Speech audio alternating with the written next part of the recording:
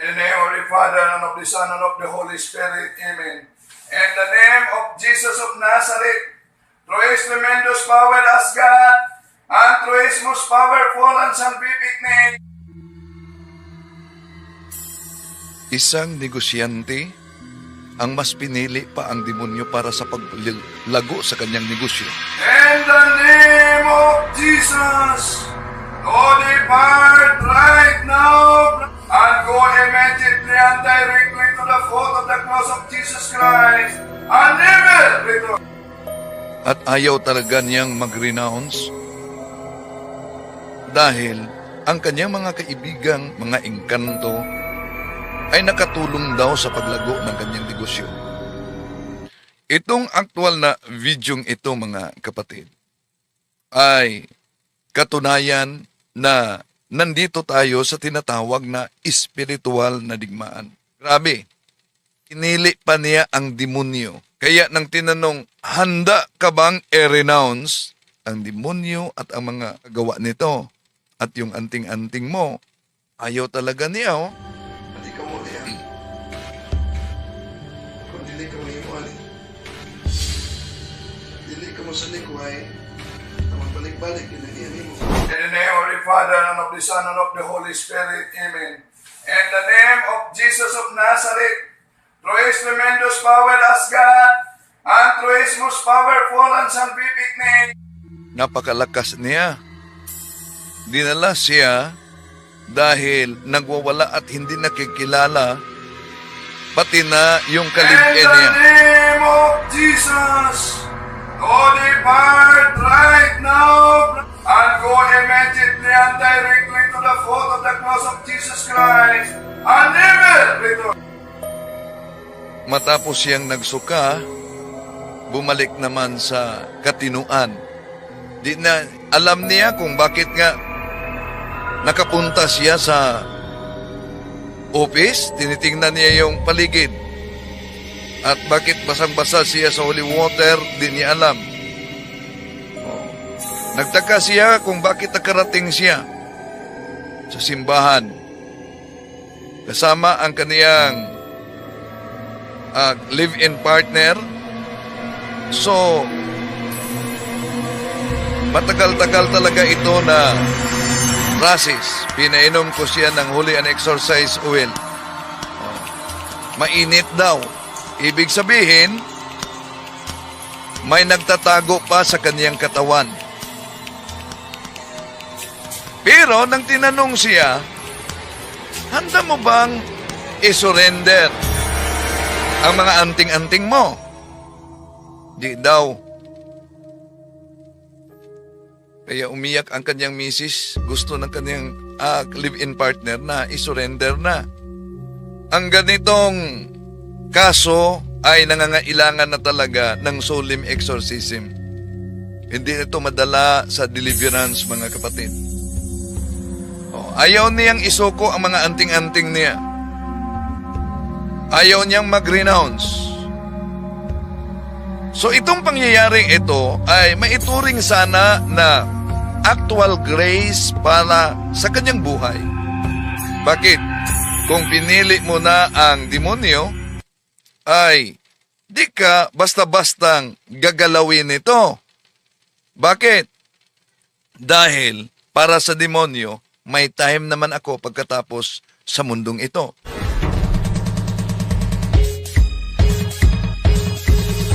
But, nangyari sa kanyang buhay ang ganito.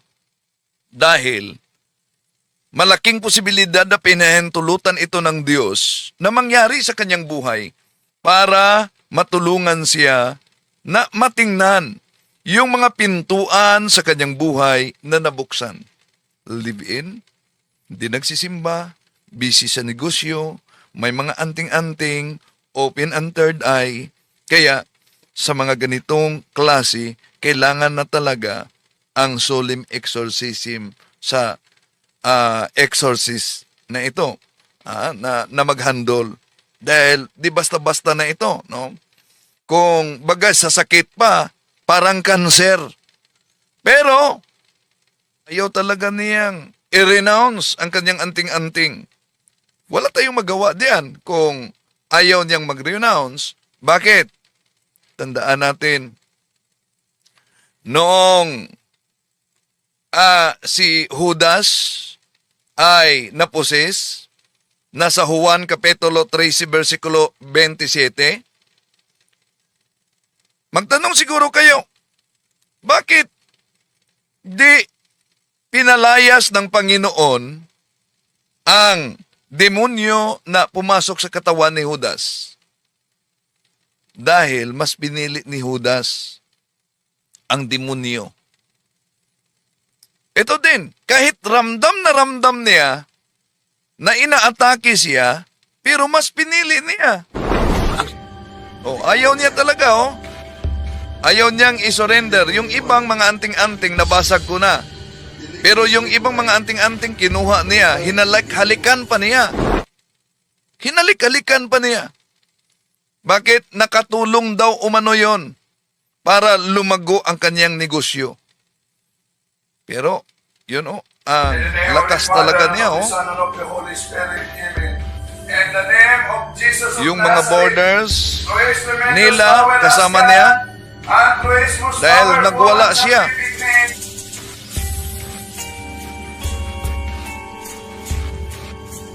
So kaya, ang process kasi dito, bigyan ng curse, confession, adoration, rosary, sacramentals, pero mamumuhay sa kabanalan. Live in, so therefore, kailangan na mag-guide sila para yayakap sa sakramento sa kasal. Ang problema, ayaw niyang bitiwan yung mga anting-anting.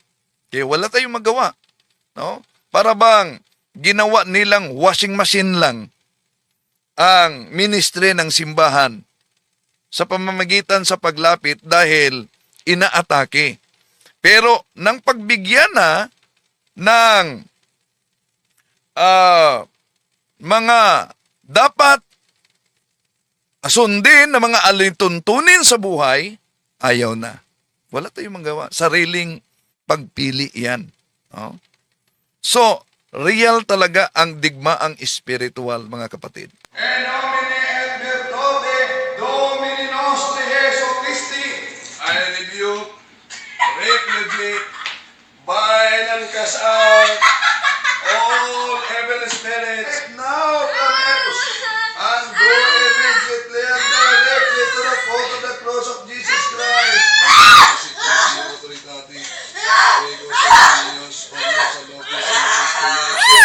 Please do not allow these spirits to return. In the name of Jesus of Nazareth, praise tremendous power as God, and praise His power in His salvific name.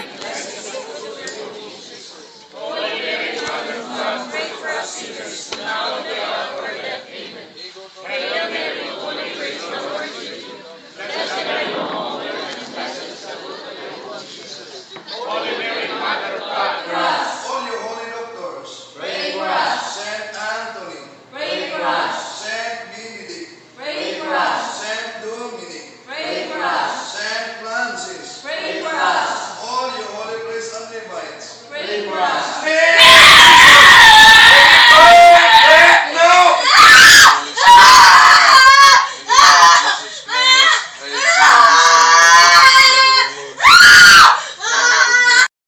So, may mga naniniwala na hindi totoo itong digmaang ito. Pero, paano ipaliwanag na sa pamamagitan ng prayer, halimbawa, may aversion of sacramentals, mainit sa kanya ang holy and exorcised oil, ang holy water.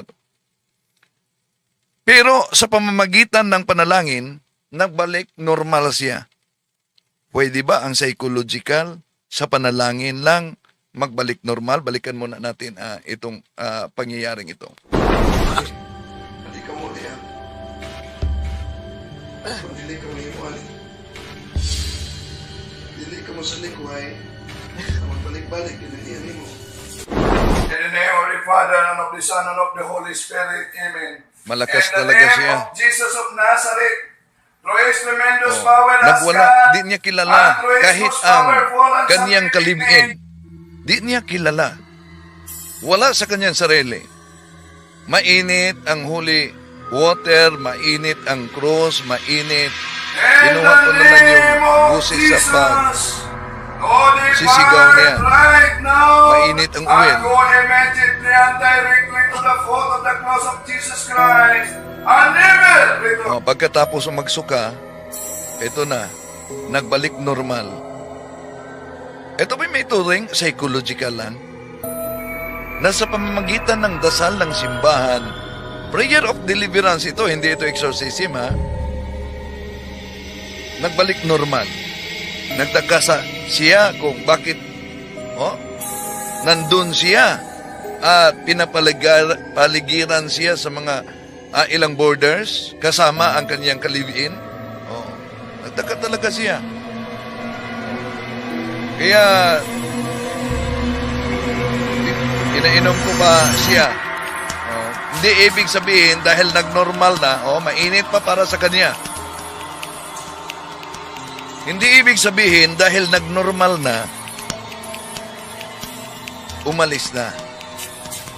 Dahil ang pintuan sa ating buhay na pwedeng daanan ng mga mortal natin na kalaban ay ang tinatawag na stop, sins, traumatic experiences, occultism, and preternatural offering.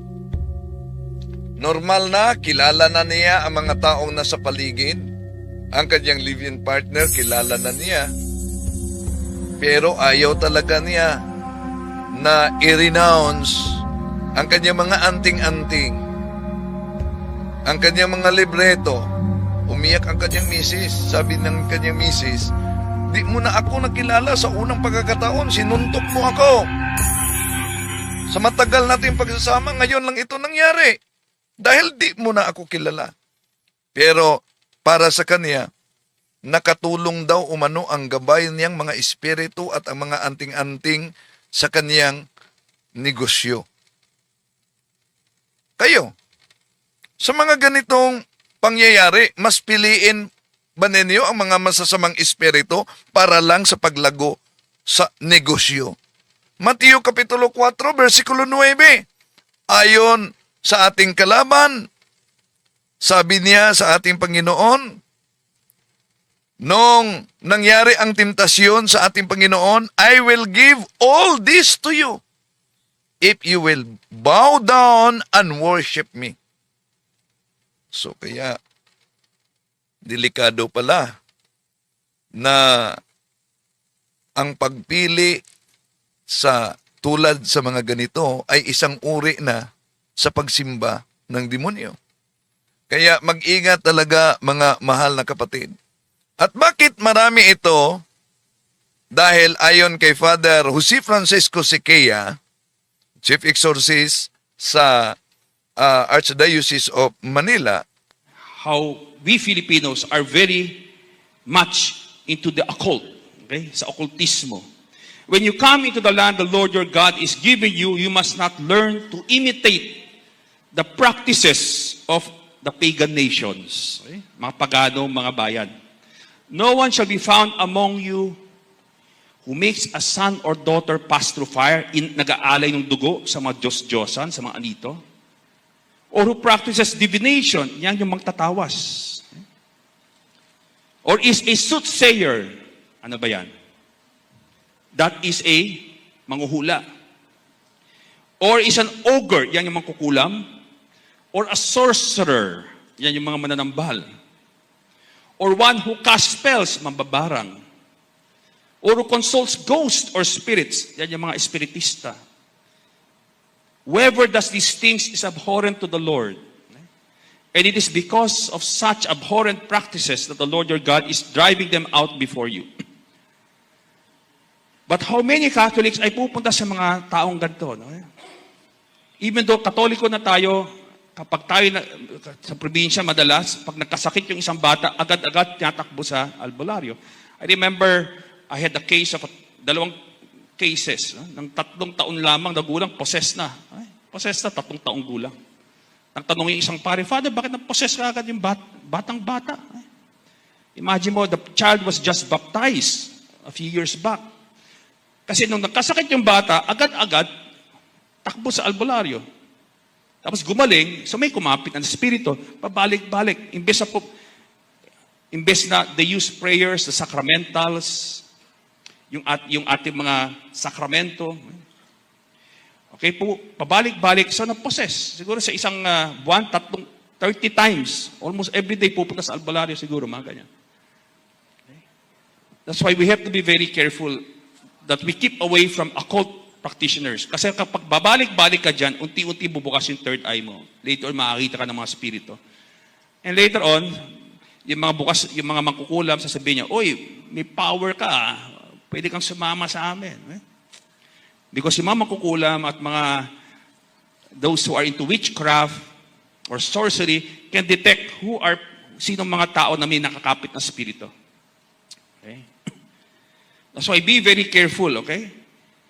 Another thing is sin. Okay? Bakit napakaraming tao ngayon ay maraming kumakapit na spirito sa kanila? It's because para sa kanila, yung kasalanan ay hindi na kasalanan. We are desensitized to sin. Kung sinabi ng simbahan, kasalanan yan, pero, hindi naman kasalanan, lahat naman gumagawa niyan. Or, I don't believe it's a sin because, it's natural. And the sad thing is that, kahit ano pang sabihin mo, sa mata ng Diyos, ito'y isang kasalanan pa. Ito'y isang kasalanan. So, kapag ikaw namatay, you cannot tell the Lord, Lord, hindi naman kasalanan yung ginawa ko. Because God is the lawgiver. Alam niya ano ang tunay na kasalanan at ano ang hindi kasalanan. Kaya hindi tayo pwedeng maging sariling batayan kung ano bang tama, mali, anong totoo at hindi. We have to be guided by the church. We have to be guided by the Lord. Kaya nakakulungkot is that many people are desensitized to sin. Kaya sinasabi ko sa tao, don't take sin for granted. Why? Gusto mo makita anong epekto ng sin sa isang nilalang ng Diyos? Look at the devil. Look at a demon. And you will see, yan yung bunga ng kasalanan sa isang nilalang ng Diyos. And imagine mo, an angel is the most beautiful spirit. It is a pure spirit. Higher than, mas mataas pa sa tao yan. But because of sin, sabi nga, pag nakita mo ang isang demonyo, yung tunay na anyo yan, you will die out of fear. Okay? You will die out of fright. Okay? Sabi ni Saint Bridget of Sweden. And another point is a priest is a shepherd who teaches and guides the flock to fight. Okay? Okay? How to use the sacramentals. My dear defenders, it is important that you know how to defend yourselves using the sacramentals. Marami na kami mga cases. Okay? Halimbawa, Father, usually yung mga demonyo, usually kumakapit yan halimbawa sa loob ng isang bahay, usually sa mga banyo yan, sa toilet area. Father, palagi ang baho dyan. Kahit pag nilinis na namin yan, palaging mabaho. So I said, put salt, exercise salt doon, with some prayers of liberation, and tignan nyo, ano mangyayari. So, ang dami nang gumawa niyan, nagugulat sila, biglang nawawala yung amoy. O nawawala na ang kasi yung iba, pag naliligo sila, parang may nakatingin sa kanila. Okay? Because demons usually attached to, in the house, usually the corners of the house, usually sa mga bodega, usually sa mga toilet areas, doon sila madalas kumakapit. So, use sacramentals there, like holy water, exercise salt, exercise oil. Yung oil, yung langis, dapat it is pure olive oil at may blessing ng pare. You use it on the 4 corners of the room. Okay? Lord, bless this room. Protect us. Drive away all evil spirits. Dapat may kasamang dasal para mas mabisa because faith strengthens the sacramentals. Okay, so, like exercise oil. Okay? At kapag halimbawa, yung anak ninyo pumunta sa bundok, tapos mukhang na-engkanto, nagkaroon ng rashes, use exercise oil. Huwag niyo dalhin sa albularyo yan. Use exercise oil and, Lord, deliver my child. Heal my child. Okay? Because naatake siya ng isang demonyo. Okay? Or before this, halimbawa yung anak ninyo, medyo, especially mga bata, medyo psychic yan, nakita yan, madaling makita ng mga spirito yan. Before the child sleeps, use exercise oil. Lord, bless and protect my child. Okay? Allow him to sleep well. Okay? Especially yung mga demonyo, magaling maggising yan ng 3 a.m. in the morning. Okay? Kasi umiikot sila ng gabi. Okay? Umiikot yan. Okay? Especially kapag maraming kayong malalaking puno sa labas ng inyong bahay, okay? Doon usually sila nananahan. Okay? At sa gabi, pumapasok yan. Kaya nga make sure, when you have your house blessed, have also yung mga puno ninyo na malalaki dyan, blessed. And put a St. Benedict's medal. Itong medalya na ito, yung St. Benedict's medal, is the only medal with an exorcism prayer. It is a medal against evil spirits. Lagay nyo sa mga puno na yan after the blessing ng pare. And put, maganda nga, once in a while, you put exercise salt around the perimeters of your house. Okay? Para kapag yung mga demonyo sa labas, okay, sa mga puno dyan, may balak silang pumasok, masusudog sila, di sila makakapasok. So ang gagawin nila, sila na lang ay tatalon sa kapitbahay ninyo. Okay? Di mas masaya, di ba? At least magbabagong buhay rin sila. Yeah? Okay. Also, have a devotion to Mama Mary. Very important ito. Because the number one enemy of the devil is Our Lady. Because God, sabi nga ng mga santo, in the final days, how will God defeat the devil? God will use the most humble instrument to defeat the most proud creature. Sino bang who is more humble than Our Lady?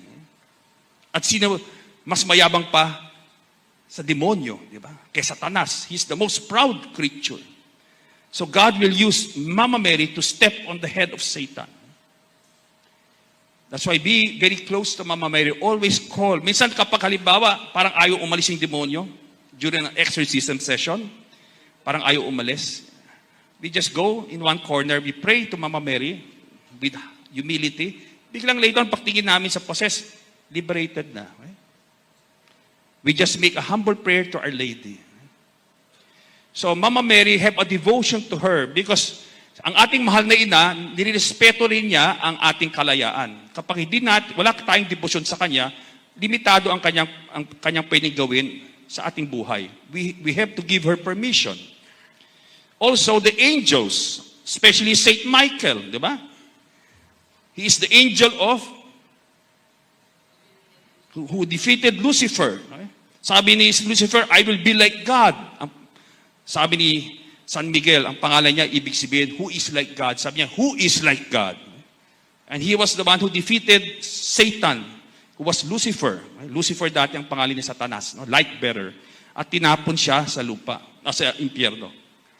Saint Raphael, the angel of healing. Kapag may sakit kayo, have a devotion to Saint Raphael. He is the angel para sa mga may sakit. If you are missionaries, Saint Gabriel, the angel of evangelization, who delivers the good news, yung ebanghelyo. Have a devotion to Saint Gabriel. Okay? So remember, also your guardian angels, lahat tayo dito may guardian angel. Binibigay sa atin at the moment of, kailan binibigay sa atin yung guardian angel natin? Oh, kailan? The moment of? No, not baptism. No, not birth. Conception. That's why nga kapag inabort yung isang bata, that the angel, the guardian angel cries out to God for justice. Kaya na doon pa lang sa conception, there is already a guardian angel na kumakalinga sa kaluluwa ng batang yan. And the guardian angel, hindi siya umaalis hanggang ikaw ay nakapasok sa langit. Kung ikaw ay bumagsak sa purgatorio, your guardian angel will be there with you. He will be interceding, praying for you, consoling you, supporting you. He will be your best friend sa purgatorio. Yung kanyang misyon ay nagtatapos lamang kapag ikaw ay pumasok sa langit. So have a devotion to the guardian angel. Have a devotion to the guardian angel. I remember like St. Michael, no? We were, nagkikipaglaban na kami sa isang demoniac. No? Before I could still, ngayon nakaka-body aches na ako kasi I'm already 50 years old. Okay? When I started the ministry, I was just in my 30s. So kayang-kaya ko pa makipag-jujitsu, no? Sa mga demoniacs. Okay? Ngayon, hindi na. Minsan, ilang araw, no? Hindi na ako makagalaw. Okay? But, okay, I remember, okay, there was one time talagang lakas ng demonyo talaga. Something it takes 5 or 6 people. Nang isang araw nga, I was just holding the arm. Napulikat na ako dito. Okay? Tapos hindi ako makahinga. Sabi ko, nako, I have to exercise more. Okay? Pero isang kamay lang na babaeng hawak ko. Yung isang kamay din. Okay? Pero napakalakas. Pero there was this case nga na ayaw talagang umalis. So sinabi ko, I prayed to St. Michael with my mind. Okay? Inisip ko lang. Sabi ko, San Miguel, no? Napakahirap na nito. Di na namin kaya. We have reached the end of our strength. Please intercede for us. I was praying with my mind lang nung mamakaawan ako sa San Miguel. At bilang sabi ng demonyo, umalis na tayo dito. Dito dumating si San Miguel. Nandito na si San Miguel. Sumigaw yung demonyak. Bilang umalis yung demonyo, sabi ko, talagang St. Michael really answers. Okay? When we prayed to him, at nagulat ako kasi napakabilis. Napakabilis. I was just praying. The next second, sabi ng demonyo, through the bibig ng demonyak, sabi niya, nandito na si San Miguel. Umalis na tayo dito. At umalis sila, na-liberate yung tao. Sabi ko, galing so that is something that we have to realize that the devil's number one enemy in heaven is also here. Di ba? Mga anghel na lumaban sa mga demonyo na sa langit at nagwagi, okay? Sila yung nagtagumpay, they are now fighting on this earth. They are still with us. But we should call upon them. Okay? We should call upon them. And bakit dapat di tayo natatakot sa mga demonyo? Bakit? Because how many of the angels nagrebelde? Ilan sa mga anghel ang nagrebelde? 1/3. Ilang ang mga anghel na naging tapat? 2/3. Di ba mas malami ang mga mababait at mga tapat na anghel? And not only that, the weakest angel, we can say, no, yung pinakamahinang anghel sa langit, ay mas malakas kay Satanas. Why? Because the good angel has grace. May grasya siya sa kanyang kaluluwa. Ibig sabihin, he has the power of God. Ang demonyo, meron siyang preternatural power. May lakas, may kapangyarihan siya. Yes, pure spirit siya. Purong spirito. But, pagkalaban niya ang Diyos, talo palagi siya. Si Father Jose Francisco Sequeira, sa isinagawang convention namin yon sa CFD, mga kapatid, no? Na real ang digmaang espiritual, maniniwala ka man o hindi, protected tayo bilang mga Kristiyano kung nandito tayo itong tatlong pangangailangan sa ating buhay. Tamang pananampalataya. Kaya yung siktang tatag lamang ng tao, hindi yun tamang pananampalataya. Ang layunin lang niyan ay ikay tanggalin galing sa tunay na pananampalataya at dalhin sa kanilang sikta na tatag lamang ng tao. I am Catholic, I am alive, I am the